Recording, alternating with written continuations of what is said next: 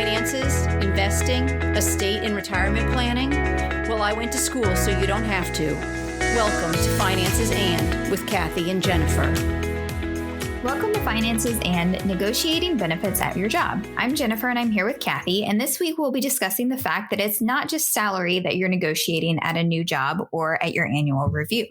So we started thinking about this topic because Jennifer was looking for a new job, and part of what she was doing in her due diligence was to try and find what benefits were being offered, not just what salary is being offered. I actually got some advice when considering negotiating salary that you obviously want to negotiate the highest salary possible. Like that should be, that's probably going to be your biggest benefit. But if you can't get that for whatever reason, there are other areas that you can negotiate that you might not have thought of that could still be a really huge benefit for you. And especially that could be something that, if your company isn't offering a salary increase at this time, this is still something else that you can consider and a way for you to still gain something out of the situation.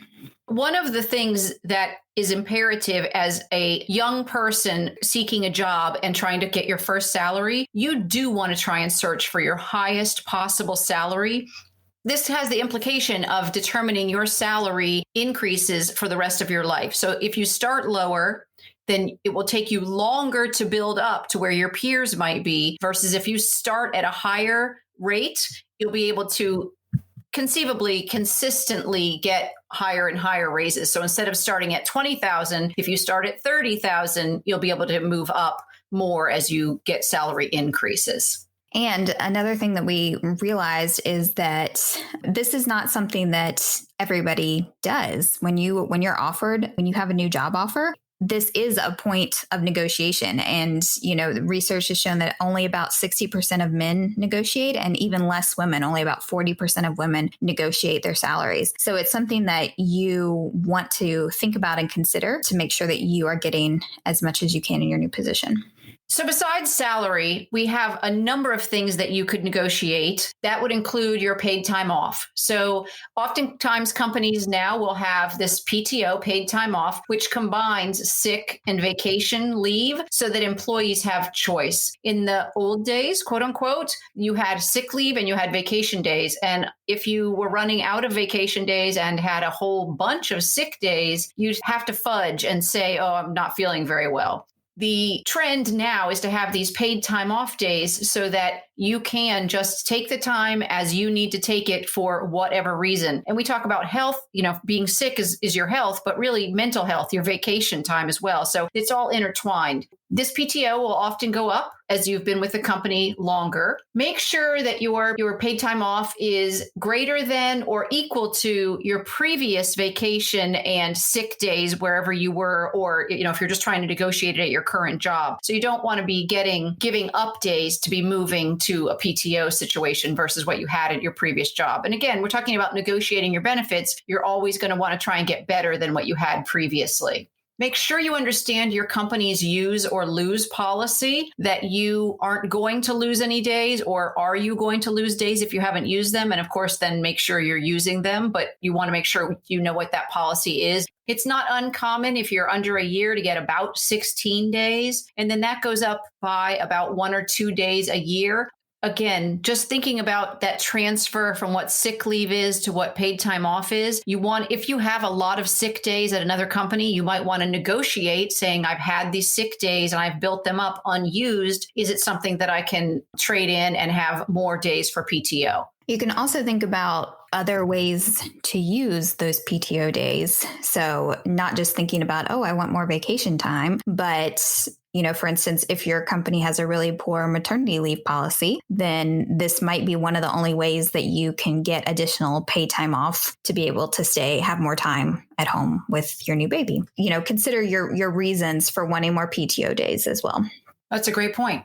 You might also be able to negotiate hours and a more flexible schedule. So your company might have a set 8 to 5 workday, but if you feel like you work better on a more flexible schedule, that's something that you can ask about. You always want to go in with a plan with everything that we're talking about today. Go in with a plan, do your research so that you can back up whatever you're saying, because they're going to expect that. They're not just going to automatically say, yeah, we'll give you whatever you want, right? Back it up. You could even request like a trial period to, in a sense, maybe kind of like prove that you can successfully do your work during your own hours. If you think that they will say no, that's a way to possibly still be able to get in for that. The next one is kind of silly right now, but that is to work from home, which probably most of us are doing in general. But I will tell you that if you have a long commute, then that is a benefit to your employer as well as yourself, because you're getting those extra hours of your mental health, again, where you're not sitting in a car. But I actually did negotiate some work from home hours when my children were younger, and I felt like I needed to be home with them more. So I was able to negotiate with my HR department, leaving work 2 hours early and then being able to have the kids here at home. And I would work at home for those next 2 hours after I had gotten back home again. So that worked out for myself and my family. And it was not the norm at the company, but by approaching them and asking for at least a trial period, they were willing to do it. And my boss was willing to do it. Thanks, Mike. It worked out really well for my family. So it's something else to consider. I think many of these things, as even a trial, is definitely worth requesting. Yeah, definitely. Another thing that you might not have thought of is negotiating your job title. Well, why is this important? Your job title can affect your future employment prospects. Recruiters, when they're looking at resumes, they're only glancing at your resume for a few seconds. So if they either can't decipher your job title, then they may just move on, or a really good job title can really stand out to them. If you plan on trying to negotiate your job title, again, do your research on kind of the industry norms and typical titles for the career that you're in. Be ready to explain why it makes sense for you to have that title or what you bring to the role that qualifies you for that title. You can provide your achievements, your education, your experience, and be specific with these things because you're proving to them that you are eligible for this.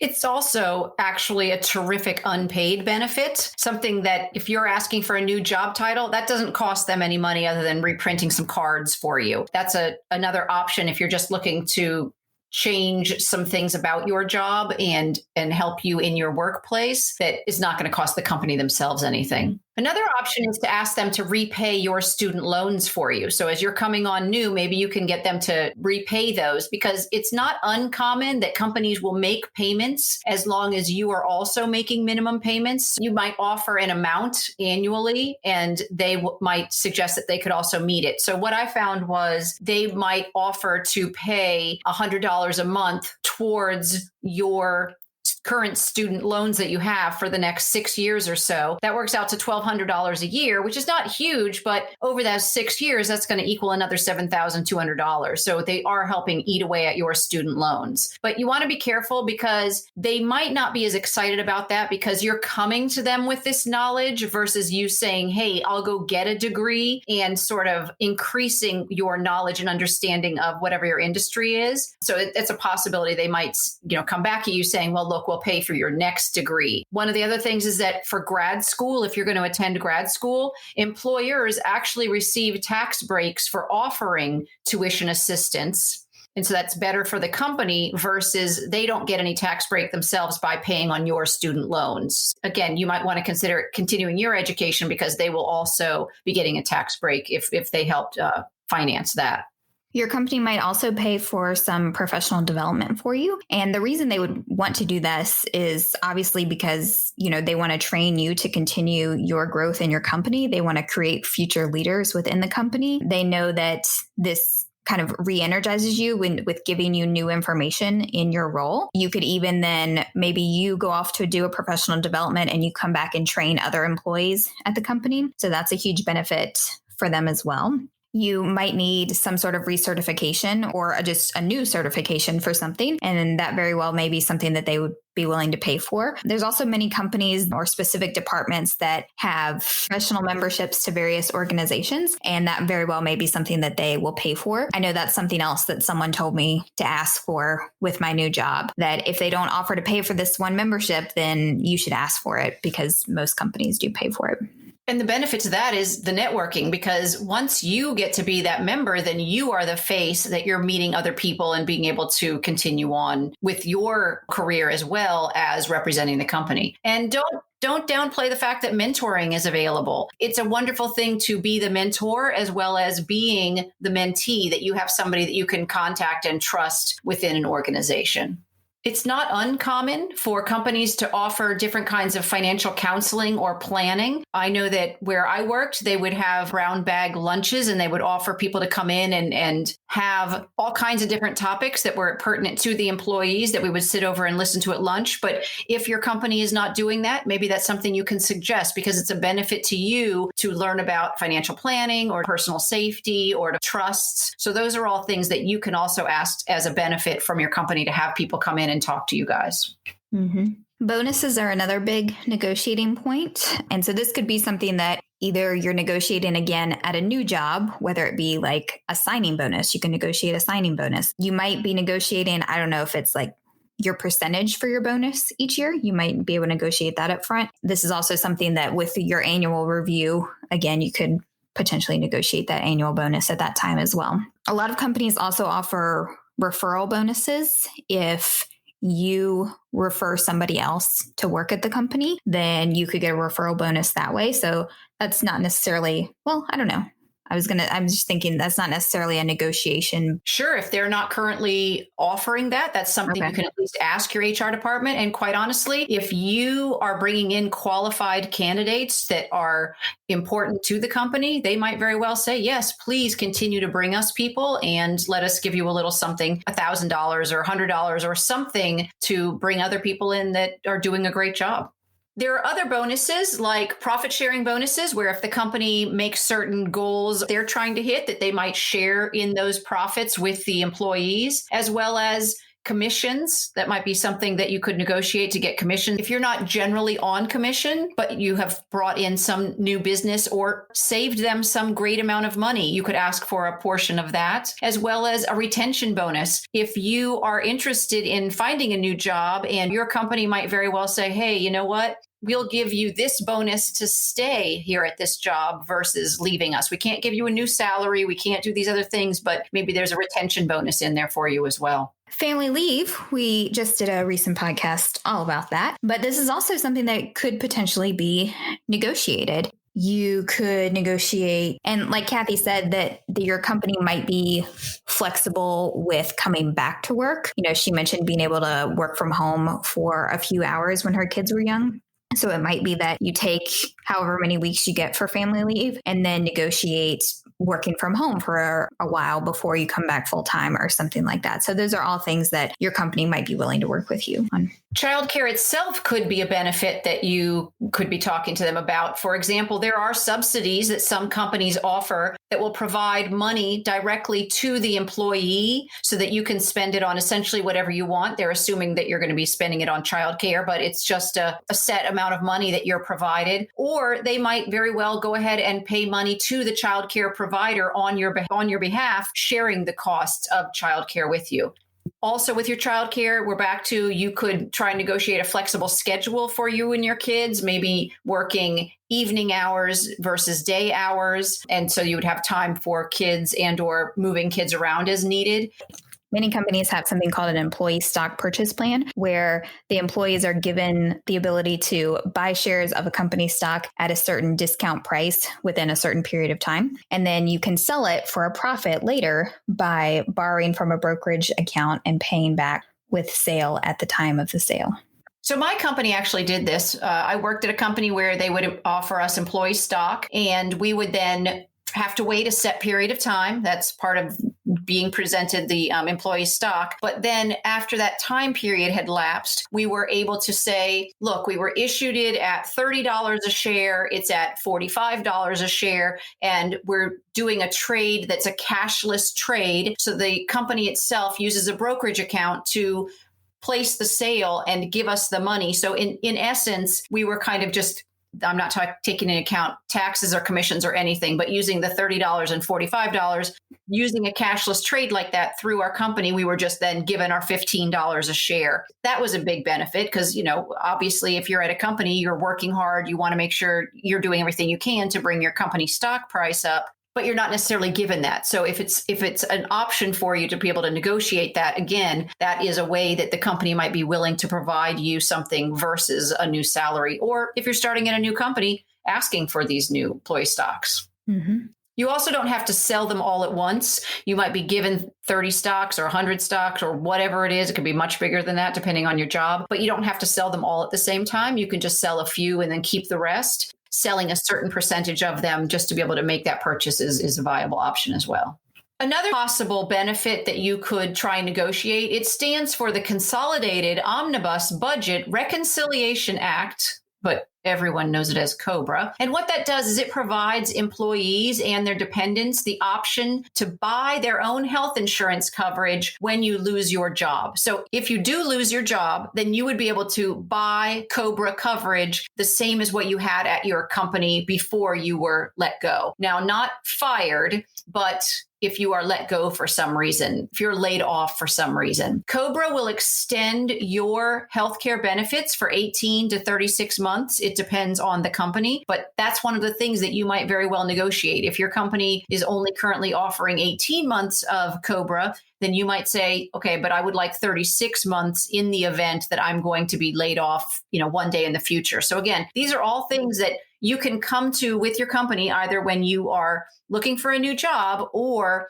looking for something that's outside of just a salary to ask for these things. When you start a new job, you're going to be presented with healthcare options, and it's really important to compare the plans when you're making those decisions at the beginning. So there's a lot of things to consider. What are the copays? Do you get to choose your own doctor? A lot of companies, they have it set up. You can search for doctors and make sure they're in network. Do you have kids? And how is that going to play into your healthcare benefits?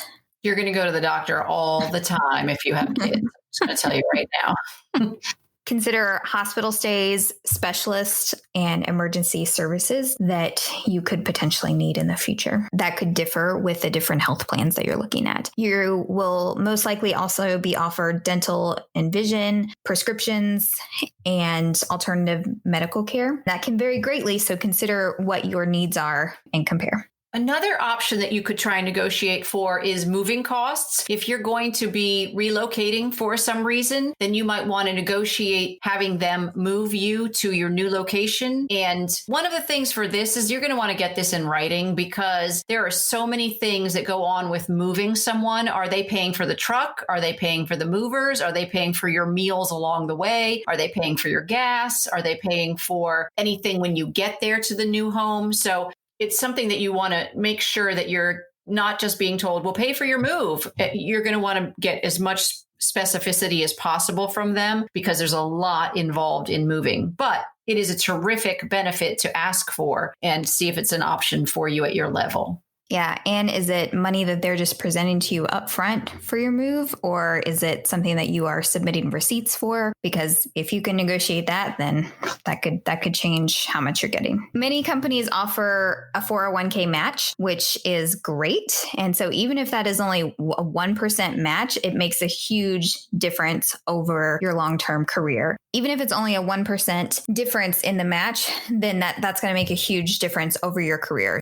If your company matches 100% up to 3% of your salary and you're making $60,000, for example, that means your employer is going to contribute $1,800 a year towards your retirement. But you have to also be putting in $1,800 for them to match that. So if you're only putting in $1,000, even though they'll match up to $1,800, they're only going to match your $1,000. If you put in less, they will put in less. Yeah. So that's why it's really important that's why if you're able, you would want to max out your 401k contribution to the amount that they're going to match. Because again, if they're going to match to a certain amount, that's money that you're getting from them. You want to get as much as possible. You can think of this as a guaranteed doubling of your money basically over your career that will grow into your retirement, and it's going to help you out. If somebody's saying to you, if you give me $1,000, I will also give you $1,000.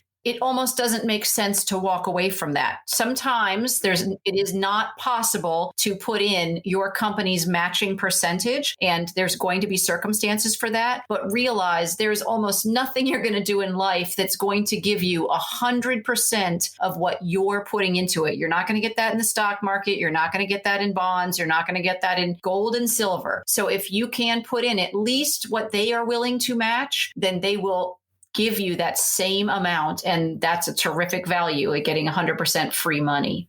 Remember, you want to try to aim for a total of 15%, but make sure that if you have the opportunity to negotiate that up at all, if they're already currently offering 3% and you have the opportunity to ask for 4%, then that could also be a negotiating point. Some other things to consider are commuting costs. Your company might reimburse you if you have a long commute, whether that's gas money, other transportation costs, like if you have to ride the metro every day, they could potentially reimburse you for that, or parking costs if you have to pay to park at your job. They could also provide a work phone for you, additional insurance, or health and wellness plans. So those are just some other additional things that you could potentially negotiate. It's not even uncommon, depending on your job. Maybe they don't provide the phone, but at least they pay your phone bill, right? So that's a possibility of, again, something that you could certainly ask for. Yeah. And I'm just thinking about like this big list that we just gave you. And, obviously you're not going to go in and ask for all of these things in your negotiation.